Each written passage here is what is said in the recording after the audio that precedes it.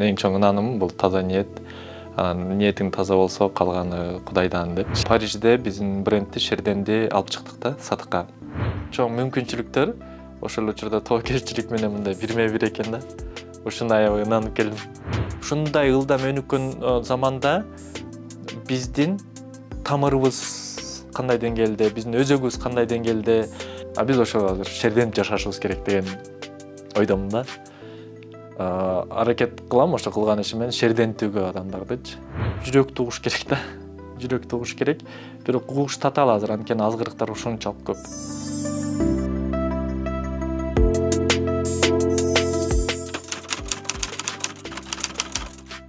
Ниет коюлуп, анан кийин пландап баштадык. Анан бардык нерсени баштадым, менде ниетим башталат дегенге аябай ынанам да. Менин эң чоң ынанымым бул таза ниет. Анан ниетиң таза болсо калганы Кудайдан деп. Анан жакшы шарт болду, ушундай мүмкүнчүлүк болду да. Мен барып келдим. Ал жактан иш-чара болду, сонун маданий иш-чара. Биздин чакан диаспора бар экен, Канымет деген байкебиз. Анан агайлар аябай жардам берди. Садык агай, Садык Чернияз, Кыргызстандын Францияда элчилиги, жубайы мунар эжелер аябай өздөрүнүн үйүнөн каттама жасап келип дегендейчи. Son иш-чара болду. Анан ал иш-чарадан кийин биз жарым жылдан бери тыгыз сүйлөшүлүп жаткан мерчемибиз ишке ашты. Бул Парижде биздин брендти Шерденди алып чыктык да сатыкка. Мындайча айтканда биз брендти ошол жактан ачтык. Бул бир буга чейинки чыгармачылыгымдагы ишкерлигимдеги жыйынтык болду, бир этаптын жыйынтыгы, жана кийинки этаптын башаты болду. Мен мындай түшүндүм да. Чоң мүмкүнчүлүктөр ошол учурда тобокелчилик менен мындай бирме-бир экен да. Ушуна аябай ынанып келдим. Ошол сапарданчы. Ар бир сапардан бери сабак алганга аракет кылам. Анан бул сапар Париждин аябай кооздугу же Лувр же жогорку искусство эмес, ушул бир ынаным пайда болду да. Мындай жон терим менен сездим. Башат деген бул сонун стипендиялык эксперименталдык программа болду. Бул жарым жыл мурда башталган болчу. Анын башында турган биздин досубуз Айбек Байымбетов, мыкты тарыхчы, азыр режиссер болуп турат, айтор продюсер, ошол учурда илимпоз. Ошол идеясын иштеп чыгып, концепциясын жазып, анан биздин өнөктөш эжекелер, уюмдар менен сүйлөшүп, алар менен келишип, алар колдошуп, анан ишке ашты. Биринчи этабы бул былтыр конкурс катарында жарыяланган болчу. Кыргызстандан 10 чыгармачылык инсан ошол стипендияны утуп алышкан. Анан лагерь форматында өткөн болчу былтыр жайда. Ал жакка ошол түптүү элдердин жаштарын чогултуу максат болчу. Мында биримдигин түзүү, чыгармачылык биримдикти түзүү деп Алтайдан, Хакасиядан, Бурятиядан келишти. Режиссерлор, музыканттар, искусство таануучулар, анан Кыргызстандан дагы искусствонун аркылуу тармагындагы жаштар катышып, бир жуманын ичинде бир сонун жыйынтык жаратышты да. Сүрөтчүлөр бир чоң сүрөт пано жаратышып, сүрөт жаратышты, режиссерлор, театр режиссерлору бир спектакль коюшту, музыканттар бир жуманын ичинде керемет чыгармаларды жаратышты, укмуш болду да, эксперименталдык болду. Анан ошол лагерден кийин ал биринчи этап болчу конкурстун. Анан ошондон кийин тандалып алынды дагы 10 бала ишке киришишти. Негизги максат ушул салттуу искусствонун түрлөрүн өнүктүрүү боюнча. Мисалы, гимдин долбоору болбосун, Ынтымак Абдылдаевдин долбоору. Бул боз деген, элестесеңиз, боз деген бул философиялык категория да. Эми илимий жактан тастыктан элек, бирок эл арасында боз деген түшүнүк бул биздин ой туюмду, биздин философияны, көз карашты берген бир керемет түс болчу да. Түшүнүк. Ошону ал чыгармачылык аркылуу берди, визуалдуу искусство аркылуу, анын ичинде өзүнүн перформанссы болду, инсталляциясы болду, сүрөттөрү болду. Анан бир кызыгычтыгы Айланадайын тек из деп аталды да. Бул жаңы сөз айкаш. Тектин изи да. Ал аябай чоң иш жасады, пано монументальный десек болот. Бийиктиги 4,5 метр болсо эле, узундугу 4 метр. Ой, эни 4 метр ушундай. Өзүнүн ата тегинин, өзүнүн үй бүлөсүнүн, ошол жолдошунун ата теги, жет атасы, анан урпактардын уланышы деген сыяктуу өзүнүн керемет. Жаныш деген балабыз Каныкенен жомо боюнча анимациялык тасма тартты, өтө чоң иш болду, өтө оор иш. биринчи баягы Канекенин жомогу дегенде биз ошону эле элестетишибиз мүмкүн да, Канекенин жомогун баягы Семетей атабызга айткан. Ал жакта баягы завуалированный деп коет го, жаңы окуя айтылды да, ошонун негизинде. Мындай урпактарга болгон биздин ата бабабыздын батасы сыяктуучу. Анан дагы бир өзгөчө долбоор, ошол программанын алкагында бул 9-кылымга таандык соот кийим реконструкция болду да. 100% реконструкция болду. Ал жакта жанагы пластиналар, айтор бардык археологиялык изилдөөлөрдүн негизинде табылган үлгүлөрдүн негизинде болду. 100% копия десе болот да. Бунун сырткы бир визуалдуу кооздугунан сырткары да жеке мен үчүн, менин субъективдүү пикирим, бул укмуш идеологиялык нерсе болду да. Ошону көрүп, дагы да болсо биздин ата бабаларга мындай жакындоо да. Ошондой кийинишкен турбай, ушундай кийинип алып бизди коргошкон турбай, эл жерди коргошкон турбайбы деген бир көп ойду жаратат да. Изденүүнү, суроолорду пайда кылат. Ушундай сонун нерсе болду. Анан аны биз отчеттук көргөзмөбүздү айрым катышуучуларыбыздыкы өзү алдынча болду. Мисалы меники дагы ошол Башаттын алкагында, менин көргөзмөм Ошто өттү. Менин көргөзмөм Ээлүү деп аталат да. Ээлүү деп аталганы биздин кыргыздарда жанагы ыйык жерлерди баягы Ээлүү деп коюшчу экен да. Ээси бар жер депчи, ыйык жер, мазар жерлерин. Мен ошол бир нече образдар аркылуу жана инсталляциям аркылуу кыргыздардын руханий маданиятын бир үзүмүн көрсөткүм келген да. Кыргыздардын руханий маданиятындагы негизги орунда бул мазар жери турат да. Мазар жери ошондой эле кийимдер аркылуу биздин руханий ырым жөрөлгөлүк түшүнүктөрдү кийимдеги чагылышын көрсөткүм келген да, жана трансформациясын дейличи. Мисалы мен колдонгондо жанагы өмүр дарак, нурланган өмүр дарак, мен колдонгон мисалы саймалар, жана биз ошо кийимде жана акак топчулар көп колдондук да. Акак топчуну колдондук, күмүш жип менен тиктик да. Акак топчу эми бизде топчуну мурда коргоочу, сактоочу деп карашкан да, тумар деп. Деги эле могу салттуу коомдо ар бир кылган ишиң, ар бир предмет жашооңдогу, мейли идиш аякпы, же кийим кечеби, мунун бардыгы бир сакралдуу мааниси болгон да, ыйык мааниси болгон да. Жөнөкөй эле бул материалдык предмет болгон эмес да. Ар биринин өзүнүн орду болгон, ою болгон, түшүнүктөрү болгон, жана мисалы биздин эле салттуу кийимди алалы да, элечек, белдемчи жана башка. Өзүнүн түзмө-түз баягы кызматынан сырткары бир ыйык маанини алып жүргөн. Ошо топчу да ошондой катарында колдондук. Анан күмүш жип менен тиктик да. Эмнеге күмүш жип менен? Байыркы элдердин түшүнүгүндө, мисалы Грекиянын деле мифологиясында бизде дагы күмүш жип деген түшүнүк бар, жана жан менен денени бириктирип турган жип да. Анан кыргыздарда бизде адам кайтыш болсо, көзү өтүп кетсе, өтүп кетти же үзүлдү деп коет го ошол учурдучу. Ошондо жип үзүлүп атат деген ошол кеп ошо жип жөнүндө да. Анан бул маданият көбүндө бар, ошол эле индеистерде, байыркы адамдарда, байыркы маданияттарда, Африка элдеринин айрым баягы байыркы урууларында бар. Ошол жип үзүлөт деген түшүнүктөр. Анан чыгышта бул аябай өнүккөн да. Тибет, Индияда. Мен да өзүм чыгышка жакын болгондуктан ушул жагына өтө кызыкчумун да. Анан бизде жанагы 40 өткөндөн кийин анан толук кандуу үзүлөт дейт да, толук кандуу жан денеден чыгат деп. Мен ошол нерселерге кызыкканым үчүн ошону аракет кылдым да, бир образдардан бергенгечи, чагылдырганга. Бизде ой жанагы идеяны алып чыгуу да, түшүнүктү алып чыгуу. Мисалы бул сапар элүү болсо, ынтымак бозду алып чыкса деген сыяктуу да. Аябай изденип, бизде бир чети тилдик дагы бир максат бар, унутулуп калган сөздөрдү колдонуу, аларга бир мындай басым жасап маани берүү, алардын маңызын алып чыгуу. Анткени тил бул өтө байыркы курал да. Биздин ой жүгүртүүбүздү, ой толгоо, айтор биздин табиятыбызды чагылдыра турган бул тил да. Анын толкундары жана башка дегендей ошол маанилүү да. Биз унутулуп калган сөздү колдонуу жана ал аркылуу бир түшүнүктү берүү да, ойду берүү. Өзгөчө ата бабалардын оюнда. Анткени биз жасаган иштердин бардыгында кандай долбоорубуз болбой эле, мейли модабы, кол өнөрчүлүк же музыка, салттуу маданияттын негизинде да, же ошо салттуу маданияттын элеги менен десек болот да, призмасы менен.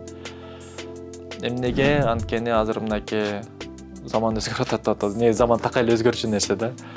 Азыр ушундай болуп атат, актуалдуу нерсе өнүккөн сайын бизде технология өнүгүп атат, техника өнүгүп атат. Биздин ой жүгүртүүбүз өтө ылдам, кандай десем, ылдам өнүгүп атат дейинби, ой жүгүртүүбүз. Азыркы кезде биз технологиянын өнүккөн заманы, санариптин өнүккөн заманда бул жаңы көз караш пайда болуп атат да, жаңы дүйнөгө көз караш пайда болуп атат. Ушундай ылдам өнүккөн заманда биздин тамырыбыз кандай деңгээлде, биздин өзөгүбүз кандай деңгээлде, чынында мен өзүм жеке мындай ынанымдамын. Азыркы чоң көйгөйлөрдө, мейли экологияга байланыштуу көйгөйлөрдө, социалдык көйгөйлөрдө же адамдар арасындагы мамиледеги көйгөйлөрдө баягы биздин ата бабалардын буга чейинки колдонуп келген билимдери актуалдуу экенин сезип атам да. Мисалы, чөптү курусун көзгө саят деп коет. Азыр бул өтө актуалдуу нерсе. Анткени экологиялык көйгөйлөр, климаттын өзгөрүшү, анын баардыгына адам таасир этип атпайбызбы? Өндүрүштөр, баардыгы эле адамдык фактор да. Анан ушул түпкү түшүнүктөрдү жандандырсак ичибизденчи, ошол жашап кетеби деп ойлойм да. Жашап кетет деп ишенем. Анткени ал биздин каныбызда бар. Сырттан алып келип же мыйзам түзүп же тыюуларды салсаң деле иштебей атпайбы? Тигинтпе, мынтпе, түкүрбө жана башка деген сыяктуучу. Аябай иштейт экен, баягы ичиңдеги болгон мыйзамдар да. Буга чейинки мыйзамдарың, ата-бабадан калган нерсе, каныңда бар нерселер иштейт экен да. Ошолорду ойготуу да.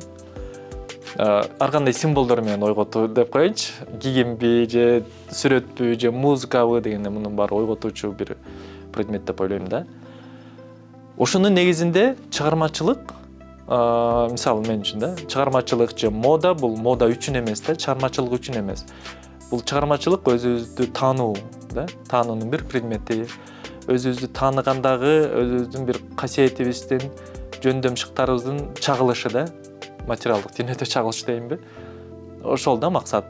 Ошол чыгармачылык үчүн эмес, биз өзүбүздү таануу жана өзүбүздү бир улуу маданияттын, түптүү элдин өкүлү катарында таануу да. Ошон үчүн баардык нерсе мен аралашкан, чын дилден жасаган нерсенин баардыгы бул ошол биздин маданияттын тамырдын негизинде да, өзөктүн негизинде.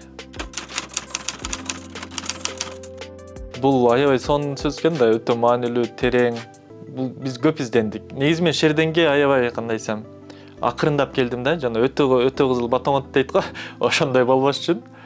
Анан мындай акырындап, кынаптап, анан бир чети мен башында бир аз корунчумун да, же тартынчумун. Мен бул жакта адис эмесмин да.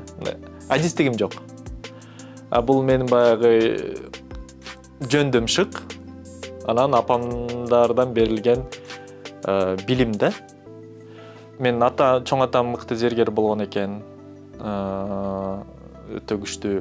Мен чоң энем аябай тикмечи болгон экен, айдын жарыгында. Менин ата тегим ошол чек арадагы айылда жашагандыктан, Кыргызстандын чети, заставада аскерлерге кийим тикчү да. Галифе шундарды, фуфайкаларды депчи. Айдын жарыгында. Анан ошол нерселер өттү дейм да. Анан менин апам өзү мыкты кол өнөрчү, салттуу билимди алып жүрөт, эмчи. Анан ошол апамдын эмчилиги, кичинекей кезинде айткан нерселери мен кесибим тандаганга түрткү берди да, философиянычы. Анткени көп нерсеге кызыка берчүмүн да. Апам мисалы жомокту айтып берчү, бир каармандарды айтчу. Менден улуу агам тиги тарыхка кетсе, мен ошо философияга кеттим да. Анткени мен мифологияга жакын болчумун да, жомокторгочу. Кызык эле жомок мындай сыйкырдарга деп коеюнчу. Акылым жетпеген нерсе негизи адамдын баягы. Адам табияты ушундай да, биз түшүнбөгөн нерсеге кызыгабыз да, кызыктандыруу же коркунуч жаратат дегендейчи. Менде ушундай болчу да, бир алгачкы акыл эсим калыптанып келаткандагы примитивдүү бир аракеттер. Анан биринчи апам тигип, өзүм тигип кийип аттым. Анан ойлонуп, анан ичимдеги букту чыгаргым келди да. Бук, баягы чыгармачылык бук. Анан изденип, кандай атайбыз, эмне атайбыз. Биринчи чыккан кезде эле Шерден деп чыккан жокпуз биз. Биринчи кийимдер топтомун чыгаргандан кийин да ойлондук да. Шерден деп изденип, көп издедик. Биз 1 жыл издедик аттычы. А биздин лого 2 жылда даяр болду. Акырын иштеп келди. Аны Эмил Тилеков деген агам жасап берди. Мен аябай ишенчүмүн ошол киши мен оюмду чагылдырып берет депчи. Негизи көбүнчө өзүң ишенбейсиң го. Анан ал киши тажрыйбалуу укмуш киши да. Анан ал киши жасап берди, тим эле ойдогуну чагылдырды да. Биздин логодо эки эле сызык да, мен өзүм минимализмди жакшы көрөм. Анан бозомук түс, мен өзүм жакшы көргөн түсүм дегендей. Арасат түс, ал жакта да толгон токой ой бар. Анда айтып берем. Шерден деген аталышты көп издедик, анан биз аны досум экөөбүз изденип жүрүп эпостон таптык. Манас эпосунун именно Сагынбай атанын вариантында. Ошо мурда чыккан китептердин аркасында түшүндүрмө сөздүк берилет го, түшүндүрмөлөр айрым сөздөрдүн. Ошол жактан шерден деген таптык да, анан аябай төп келди жүрөгүбүзгөчү. Анткени ага чейинки кылган иштерибиз, кийим аралашты, максатыбыздын бардыгы ошол да, шердентүү да. Бул этиш да, такай кыймылда. Анан менин максатым, мейли модабы же башка кылган иштерим баары шердентиш керек да. Ошол сөз боюнча шер деген биринчи бул салыштырмалуу түшүнүк да, баягы шер, арстан, илбирс. Экинчиси шер бул эпитет, баатырдын эпитети да, жана биздин улуу аталарды, ийик аталарды айтабыз го, шер манас, эр манас дегенде да, шер. Бул ошондой. Анан шерден деген бул шерденүү да, күч кубаттануу, шердентүү дегенде да. А биз ошо азыр шерденип жашашыбыз керек деген ойдомун да. Аракет кылам ошо кылган ишим менен шердентүүгө адамдардычы. Анан бул жөн эле кийим же жөн эле марка эмес, бул ошол түшүнүк мен үчүн аябай чоң да. Кылган ишим бардыгы өзүмдү шердентүү, элди шердентүү депчи. Ошондой пайда болуп калды аталыш. Анан мен шердендин концепциясы да ошондой да. Мынакей быйыл баса 10 жыл болду. 10 жыл жайында 10 жылдыгын белгилейбиз дегенде. Бир карасаң аябай узак. Көп убакыт да. Бир карасаң аз эле да, мындай эсеп менен. Масштаб, вселенский деген сыяктуу ааламдык жердик эсеп менен карасаң, бул аз эле убакыт да. Ошол шерден деги эле кийим бул менин өзүмдү өзүм таануудагы аракетимдин жыйынтыгы да. Мен мындай отуруп алып эле эскиз тартып, мен тикмечи болгум келип атат же тикким келип атат деп келген жокмун да. Бул менин өзүмдү тааныгандагы, өзүмдү кабыл алуумдагы жыйынтык. Көзгө көрүнгөн жыйынтыгы да. Мен көбүнчө ой болчу да, сана. Эми айтпайм санага түшүп кеткенмин деп, депрессия. Бирок менде көп ойлорум пайда болчу, анткени эми ар бир адамдын өзүбүздүн жүгүбүз бар да, өзүбүздүн озипабыз бар бул жашоодо. Анан мен озипама жараша тиги жүгүм жана суроолорум бар болчу да, тиешеличи. Анан ошолорго жооп таап, анан азыркы кезде мындай тынчтанып калган абалда. Тынчтанып, жаным жай алып деп кыргызча айткандачы. Анан ошон үчүн философия бардым да. Философия мен үчүн бул руханий мектеп болду да. Руханий мектеп, философиядагы окуган кезимдеги ошол убакыт, андан кийин 5 жылга чамалуу иштеп да калбадым окутуучу болуп. Ошо кездегинин бардыгы мен өзүмдү таануунун аракеттери болду да. Анан мен жөн эле окуу эмес, бул көбүнчө практикалык окуу десем болот да. Практикалык сабактар. Мен тажрыйбаман бөлүшөм. Кээде керек болсо кеп кеңеш айтып калам. Адамдар кеңеш айтканга машпыз го, кыргыздарча өзгөчө. Мен деле андан алыс эмесмин дегендейчи. Бирок аны керек болсо да, сурасам, керек десе айтам. Өзүмө тиешелүү, баягы өзүмдүн жон терим менен өткөн тажрыйбанын негизинде. Анткени мен философияда окуп атканда бир чети окутпай калганымда мындай болду да. Философия бул өтө терең, татаал, анан сонун кесип да, жана предмет. Анан жаштарга сабак бересиң, эми студенттерим азыр эле 20-18 жаштар. Анан бир улуу идеяны айтып калсаң, ага ошолорго берилип, ал менен жашап калса, бул жоопкерчилик бар да. Айтор айткан сөзүңдүн жоопкерчилиги бар да. Мен ошондон бир аз тайсалдадым да. Анан бир токтоткон себеби ошондой болду. Анткени мен айтып аткан нерсемдин жоопкерчилиги бар депчи. Өзгөчө мен баягы адам табиятына жакын болгондуктан айкалыштыргандан жана психология, философия мен акыркы предметтерим ушул болчу да. Адам таануу. Адам философиясы. Анан өзүм көп нерседен өтпөй туруп, чын бышыгын билбей туруп, кантип айта алам депчи, кантип кеңеш айта алам же кантип сабак бере алам. Ооба, оңой эле, баягы интерпретация кылып коюу же болбосо мурдакы мисалы Сократ мынтип айткан же Пифагор же Аристотель тиги бул темада изилдеген деп айта бересиң, баягы кайталап элечи. Мындай, кандай десем, жаны жок элечи. Жандуу айтыш үчүн сен аны өзүңдүн жүрөгүңдөн өткөрүш керек дегендей да, жон тереңден өткөрүшүң керек. Меники көбүнчө мен руханий жагына кызыктым да. Философияга барган негизги себеби ошол руханий темаларга кызыгуу, алгач эзотерикалык философияга кызыктым. Анан илимдин методологияларына, чындап эле илимде айтылат да, философия бардык илимдердин атасы апасы дегендейчи, ошондой да. Азыр мисалы илимий иш жазсаң деле сен философиянын докторусуң да, тиги же бул багыт боюнча, мисалы математика боюнча, биология боюнча философиянын докторусуң да. Философия бардык илимдин атасы да. Мен аябай сүйүнөм ошого барып калганыма. Буга деле дароо эле барып калган жокмун да. Башында менин кесибим башка болчу, башкага тапшырганмын. Анан бир айдай кыйналып, жүрөгүм тартпай, бутум тартпай деп коебуз го бизде кыргыздарда, ушу аябай сонун нерсе да.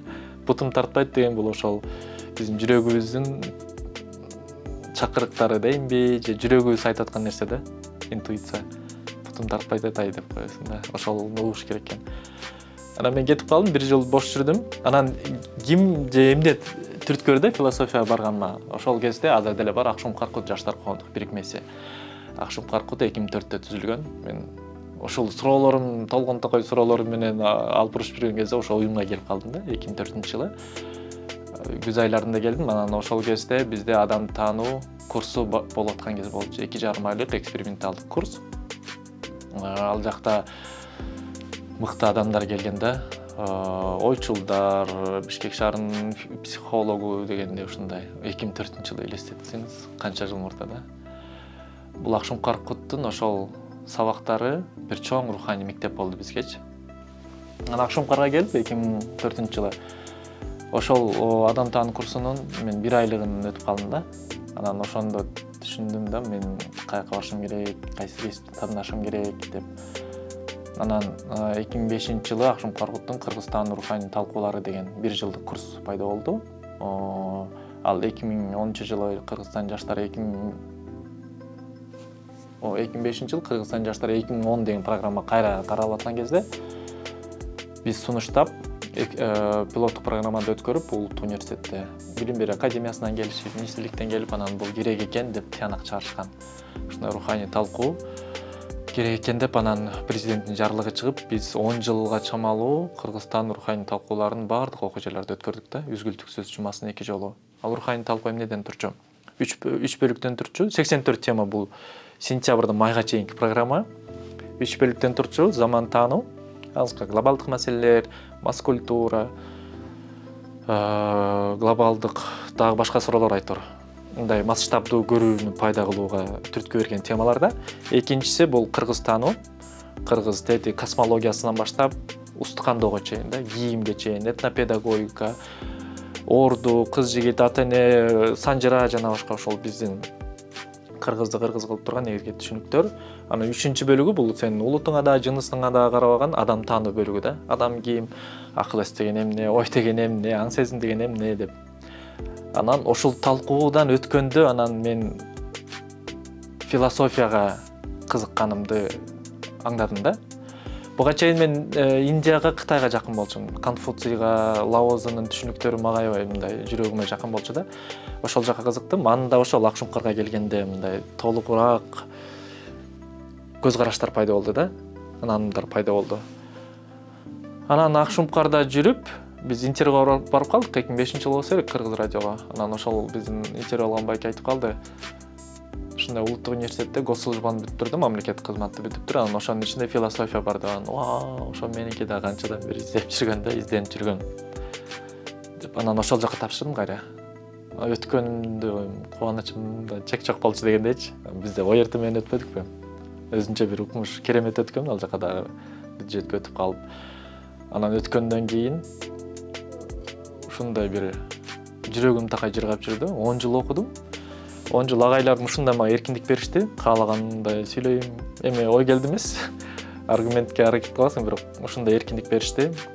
Мындай болчу да, китептерди толтура алчу, мындай гана ачып алып, мисалы, мен антикалык философияга жакын болчумун да, байыркы Платон, Аристотель, Сократ дегенде ачып алып ошолордун атын укканда эле бир эргичим дегендейчи.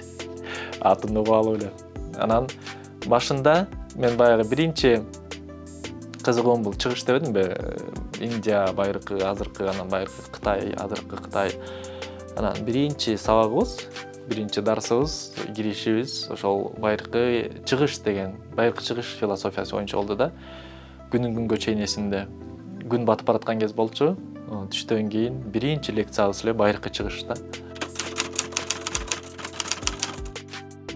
Маалымат аябай көп да. Ошо маалыматтын көптүгүнөн жаңылышуу көбүрөөк да. Акыл эс жактан жаңылышуу, кандайдыр бир руханий темаларда же руханий изденүүдө жаңылышуу жолдору азыр огош бетер көбөйүп кетти да. Кеңешти айтыш өтө татаал. Мен эмне деп айтат элем? Азыр тарбиядан бул ата-энеден, ата-энеси кеңеш бергидей деңгээлде болуш керек да. Тилек каршы андай эмес, мен көп байкайм.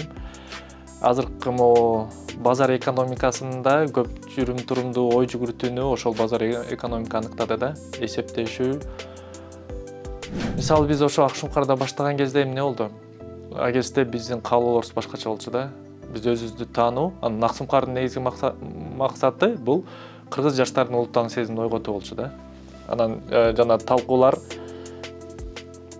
1 жыл бою болду. Анан биз ар бир темада кыргыздардын бир макалын алчубуз да. Мисалы, сабырдын түбү сары алтын. Ишеним болбой иш болбойт. Ишеним деген эмне? Диний ишенимден сырткары адамдын өзүнө өзү болгон ишеним кандай дегендечи. Сабырдын түбү сары алтын. Кантип сабырдуу болушубуз керек, кантип кечиримдүү болуш керек. Кечирим деген ашыктык маданияты деген темалар болчу. Махаббат деген эмне, сүйүү деген эмне, түрлөрү дегенде. Анан ар бир темага бизге адистер келчү да. Азыр эмне? Азыр спикер деп атабы, босун сөз адис келчү. Мисалы, бизде ушундай мүмкүнчүлүк болгон. Чыңгыз атабыз келген, Айтматов. Киши менен 2 жолу жолуктук го дейм. Осмонов агай, жана биздин тарых китебин, мектеп окуучуларына арналган тарых китебин түзгөн. Ушундай тарыхчы, санжырачы, аталардан баталдык, манасчылардан, уркаш аталардан ушундай чоңойдук да. Ошол трансформация учурубуз экен да, мындай өтүү. Ошол мезгилден биздин ой жүгүртүүбүз бир мындай, кандай десем, балалык деп коеюнчу, балалык мындай бир аймактан чыкпаган болсо, бир мындай корголгон Кыргызстандын негизинде эле же болбосо уктап жаткан бир аң сезимдер болсо, ошол бизге Кыргызстаныбызы, Акшумкарготтон өтүү болду да, азыркы учурга өтүү, азыркы ушундай бат өзгөрүп аткан заманга өтүү болду да. Анан ошол жактан биздин салттуу маданиятты, салттуу түшүнүктөрдү кантип трансформация кылабыз азыркы мезгилге? Кантип биз өзүбүздүн иденттүүлүктү сактап калабыз? Ушундай өткөөл жана өзгөрмөлүү мезгилде. Ушундай нерселер турду да, суроолорчу. Ал жака бардык эле жүрөгүбүз мындай жүрөк тартып баргандар да, мисалы, аңдап билип баргандар аз болчу. Мындай жүрөгүбүз тартып келгенбиз да. Анан бизде түшүнүк бар, пир туугандар дегенчи. Мисалы, бир туугандар бар баягы, бир кан негизинде. Пир туугандар бар, ушундай бир Кудай кошкон же тагдыр кошкон. Биз азыркы кезде ушундай жакынбыз, көбү менен пир туугандарбыз да. Айтор, анан ошол 10 жылдык курстардан бул мектеп болду да. Азыркы көп жаштар, мисалы 40ка чейинкилер, 30дан 40ка чейин, жок, 25тен 40ка чейинки жаштар ошол биздин мектептен бүткөн да. Ошол кезде биз өтө жигердүү иштегенбиз да. Эми азыр заман өзгөрүп кетти батыраак. Азыр башка суроолорго жооп издеп, башка суроолорду талкуулабыз да. Анан кеңеш кандай айтам? Кеңеш айтып атыр өтө татаал да. Кеңеш айткандар аябай көп азырчы. Азыр коучтар толтура дегендей да. Азыр кеңеш айтыш үчүн сен өзүң калыптанышың керек да, өзүң кабылдашың керек, айткан кеңешти жашашың керек да. Жашап өткөндөн кийин кеңеш айта аласың, ошондо кеңешиң жандуу болот экен да. Мен эмнени айтмакмын? Жүрөк тугуш керек да. Жүрөк тугуш керек. Бирок угуш татаал азыр, анткени азгырыктар ушунчалык көп. Улуулардын кеңешин угуш керек, ата-эненин, тажрыйбалуу адамдардын кеңешин угуш керек. Анан бул жерде бар жанагы көп жашаган эмес, көптү көргөн билет беле, ошондой да. Аз кеңеш толтура болгон жүрөктү угуш керек да. Жүрөктү уксаң жашоо жеңилдейт го дейм. Ошол жүрөккө жетиш өтө татаал да. Анын үчүн толтура этаптардан өтүш керек. Биз көп ойлондук. Тескени жубайым ай колдогон.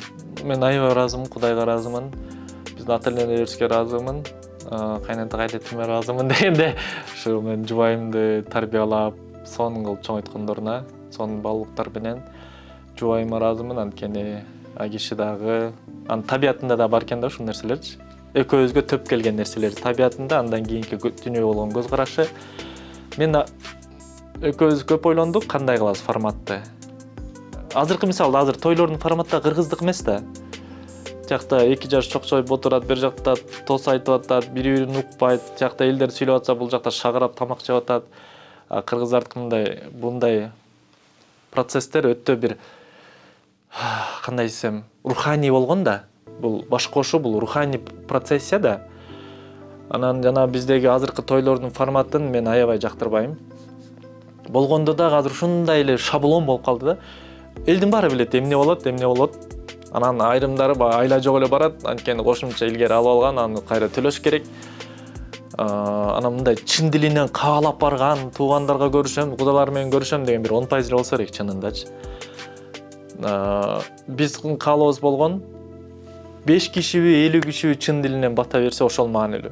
Батага маанисиз сен жердин аркы бетиндесиңби, айдасыңбы да?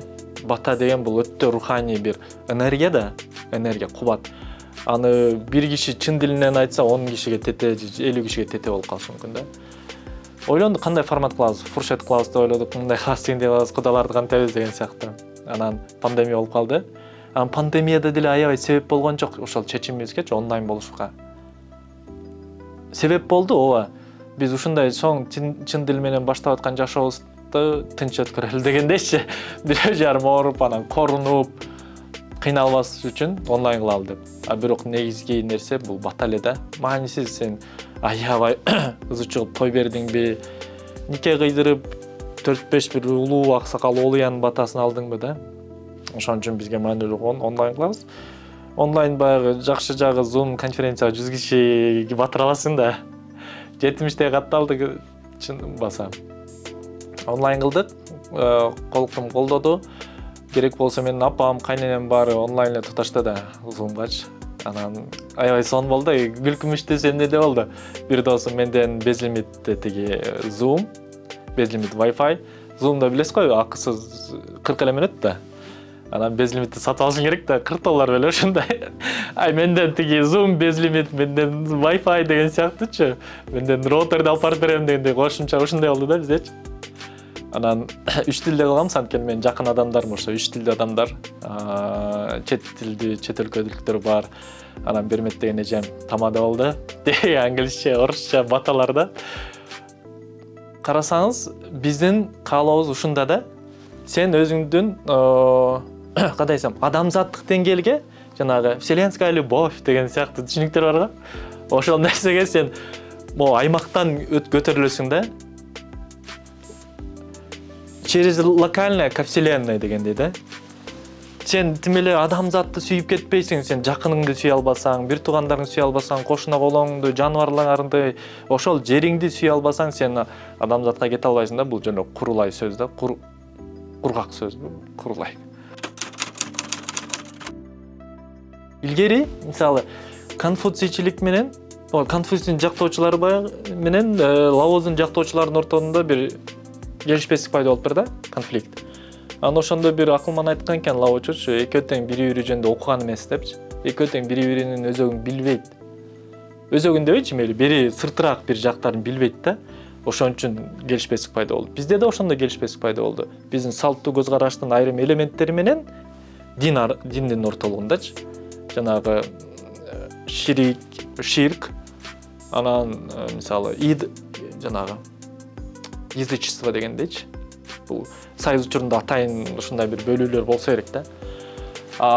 Мисалы табият күчтөрү бул баягы математикадагы туруктуу баягы чоңдуктар да, постоянная величина.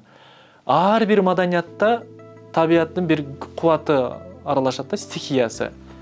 мисалы христианчылыкта суу ыйык сууга жуунтуу, сууга дем салуу, мисалы ошол эле замзам суу деп коелу да. Бул ушундай түшүнүктөр деңгээлиндеги нерселер да. Байыркы көчмөндөрдүн, анан жана биздин кыргыздардагы от, суу, аба, жер, бунун аркасында бизде кыргыздар, биздин ата-бабалар ушунчалык жүрөгү ачык болуп, жеренени ушундай аяр жеренени ыйык кабыл алгандыктан жердеги ар бир жандуу жансыздын баардыгы ыйык болгон да. Бул өтө бир руханий абал деп түшүнөм да. Бул ошого барып алып сыйынган жок, ошого барып алып билбейм, ташка барып алып мага же булакка барып мага бала бер же бир нерсе бер дебейт да. Булар өзгөчө энергия топтолгон жерлер. Сен ошол жерден кунт коюңду жакшыртасың, жан дүйнөң тынчтанат, жан дүйнө байырлай турган жерлер да. Мазарлар. Биз эмнеге мисалы суунун жеген органда эсе алып калабыз. Же арыкка барганда, же бактын түбүндө отургубуз келет, бактан кубат алып, же эмнеге оттун жанында отурганда кунт коюң жакшырып, оюң тунуп, жүрөгүң эс алат да, тынчтанат. Бул ошол табиаттын күчтөрү да, касиеттери. Анан ошо билимсиздиктен пайда болду. Прям отко сыйынып алат деп. Окубайт да анткенчи. Элдин көбү окубайт, кызыкпайт. Бул жерде баардыгын эле бизге эмне акылыбызга кесиш керек, аныкташ керек, төрт бурчтукка салыш керек да. Бул мындай, бул тигиндей, ушундан чыкпашың керек. Мындай, бул сапат кийин пайда болду деп ойлойм кыргыздардачы. Анткени бизде түптүү сапаттар, биз көчмөнбүз да, көчмөн болгонбуз. Кыргыздар ушунчалык ачык болгон да. Эмнеге ошон үчүн бизге каалаганда маданият келип атат, суп маданият келип атат, тилдер келип атат, биз бат өздөштүрөбүз, биз бат кабыл ала беребиз, меймандоспуз. Мунун баардыгы биздин жашоо образыбыздан келип чыкты да, көчмөндүктүнчү. Көчмөндөр ушундай ачык болгон дүйнөдө, көчмөндөр ушундай билимге умтулган болгон, жаңы нерсени туура кабылдашкан, ошол эле диндерби же башка бир көз караштарды да. Кийин көп тарыхый учурлар плас-плас болуп калып алып, анан биз азыркы кыргыздар пайда болдук да. Басымдуу бөлүгүбүз, майдачыл, көртүрлүккө берилген. Көпкө көй жаппат дейт го, мен ал категориядан, аны айтканым жок да. Басымдуу бөлүгүбүз деп атабыз, анткени оокат кылыш керек, курсакта кылыш керек дегенде каяктан деген мурасты ойлонуп же философствовать деген сыяктуу. Бирок азыр жакшы жагы изденгендер көп, аябай. Көп адамдар изденип атышат да. Оюң иреттүү болсо, жүрөгүң тынч болот да. Анткени аябай байланган да. Жүрөгүң тынч болсо, сен каалаган чөйрөдө жашай аласың. Жана абалда жашай аласың да. Мисалы, мурда жайрак өтсө, азыр бат өтүп атат, азыр ызы чуу, азыр ушундай хаос, иретсиздик. Ошондо да тынч жашасаң болот да. Бул өзүнчө эле бир мындай, бул жашоодон алып коюп, бул жакка коюп койгон нерсе сыяктуу да, жүрөктүн тынчтыгычы. Эгерде жүрөгүң тынч болсо, ар бир доордо жашай бересиң да. Мисалы, Жусуп Баласан атабыз айтты, илгери эле 1000-жылдары азыр мечиттер көбөйдү, Кудайга ишенгендер аз дегендейчи. Ошол кезде бир актуалдуу маселелер. Ар бир доордун актуалдуу маселеси бар да. Биз эле азыр 20-кылымда келе калып эле ушундай бизде проблемабыз көп. Биз ушундай жашап атабыз, трансформация учурунда дей албайбыз да. Ар бир доордун өзүнүн кылым тогошкондой трансформациясы болуп турат да. Азыр биз ошо трансформация доорунда да, мындай электе тегирмендебиз да. Жанчылып, акыл, ошон үчүн көп адамдар изденип атат. Анан мага мен эми көп байкайм да, чыгармачыл адамдарга татаал. Көбү санага түшүп кетет, көбү кыйналат, орун таба албайт. Өзгөчө чыгармачыл адамдар өтө мындай аяр категорияда уязвимый дегендей, именно жан дүйнө жактан. Эгерде руханий өзөгүң болсо, сен жашап кетесиң. Или бой жаргыл жакка чыдай аласың дегендей да. Жеке мага азыр жашаш орточо жакшы дегенде аябай да айта албайм, анткени мен бул жашоодо жашайм да. Я же не оторван от реальности дегендей да. Тиричилик керек, жумушумду алга жылдырышым керек, үй бүлө. Мен сөзсүз баары бир тиги байланышкам да, чырмалышкам ошол система менен, жашоо менен, адамдар менен. Бирок ошол мен азыркы аракет кылганым, ошол кырдаал мени жетектешин каалабайм да. мисалы бир көйгөй же бир маселелердин алдында калгым келбейт да. Ошолор менин чечимимди же кадамымды аныкташын каалабайм да. Мен кандай кырдаал болсо дагы өзүм тандаганды жакшы көрөм да. Өзүмдүн тандоом болгонду жакшы көрөм да. Эми бирок азыр ар дайым эле боло бербейт, бирок аябай аракет кылдым да. Учурчак менен жашаш керек, биз жаңылбашыбыз керек. Көп ошон үчүн биз көп нерсени келечекке калтырып коебуз да. Эртең жасайм, айбирсүн жасайм, же кийинки төрөлгөндө жасайм деген сыяктуучу. Чыгыш философиясында ушул нерсе аябай көз карашына, маданиятына сиңген да, кийинки жашоодо, же өткөн жашоодо деген сыяктуучу. Баардык нерсе ушул жакта да. Учурчак уникалдуу нерсе.